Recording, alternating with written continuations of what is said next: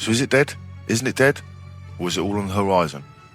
We're going to give you what people have said, what they haven't said, and from the top man himself, Phil Spencer, to that Fred Russell, whose post sparked half this panic. What we think matters, how long we might have to wait, and what the rumours could actually mean. Because this is the channel where the clutch drops and the bullshit stops. So motorsport isn't confirmed alive. It's like being involved in an accident, and we feel like the next of kin waiting to be notified. It's not confirmed dead either, but in that silence everyone's looking for the truth, either in what they've said or what they didn't say. So Fred Russell, that guy who lit the match, was a content creator that turned 10 nearly a decade ago. The last titles he worked on are Forza Motorsport 5 and 6, and his job wasn't designing cars or building AI or balancing tyre physics. He was more like air traffic control, not the aircraft engineer. He tracked schedules, made sure DLC showed up on time without missing liveries, and probably kept the calendar tight when things got chaotic. So is his insights important? Structurally, yes. Strategically, not so much. But in the moment of media silence where official voices vanish, and fans are gasping for a signal, his timing is perfect for clickbait. And that's why his voice is echoing louder than it probably should. So let's talk top brass. Phil Spencer's July 2nd memo dropped on the same day as the Xbox layoffs, kind of satirical extinction level event. He said that Forza's roadmap never looked stronger. But here's the issue. He didn't say Motorsport and he didn't say Horizon. He just said Forza.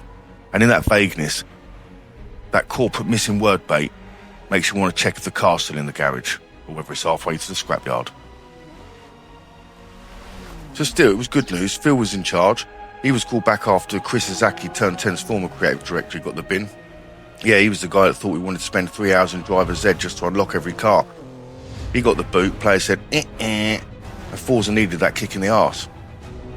Let's be honest, most modern games spend their first year acting like the NHS in flu season. Bug reports, patches and prayer. Even Gran Turismo stumbled early. But at least that felt like being locked in a car museum with 40 years of auto trade on a racetrack outside. Forza, it left you at Le Mans after the race had finished doing donuts until you earned enough points for an air filter. Here's the part to watch, Update 22. If that shows up, it's our defibrillator moment. The jolt, the one that says we're still here. And let's be real, it should have already been in the pipeline. If it doesn't land on August the 5th, that's crunch time. Houston, we have a problem. Because if they'd quietly cancelled it, if they'd pulled it early, someone would have leaked something. A car render, a dusty XML file, even a cheeky emoji on a Slack channel. So far nothing, just silence. Now staff turnover. So with the game in service mode, that's expected. This is how junior devs cut their teeth.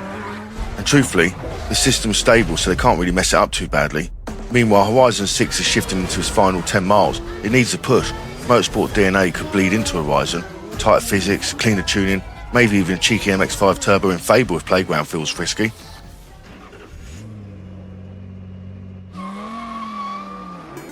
Truth is, Motorsport doesn't need much to stay alive. Just return the odd reward car series so we get a chance of those again. Fix a couple of engine notes, once a month. Polish the odd track for a 3-month release. Camino Vio would be nice, anyone? Drop a few legend cars from Forza 4 through to Forza 7. Everyone wants to stick to low sleeves around Fujii Mikado. But still, Update 21 did feel different. It wasn't just content, it was a final lap gift basket. That's what it kind of felt like. IndyCar, that felt like they were still putting the work in. But Open Class kind of felt like they were giving us everything to play with. And a career expansion pack where it looks like that's probably going to be a place to get the reward cars again. Manual grid ordering so you can set up your multiplayer races, don't need any other help from the devs there. It looked like it's set up for long-term service, but if Update 22 doesn't show up, maybe that wasn't the roadmap. Maybe that was a handoff. Like Turn 10 said, here's the keys. Bye.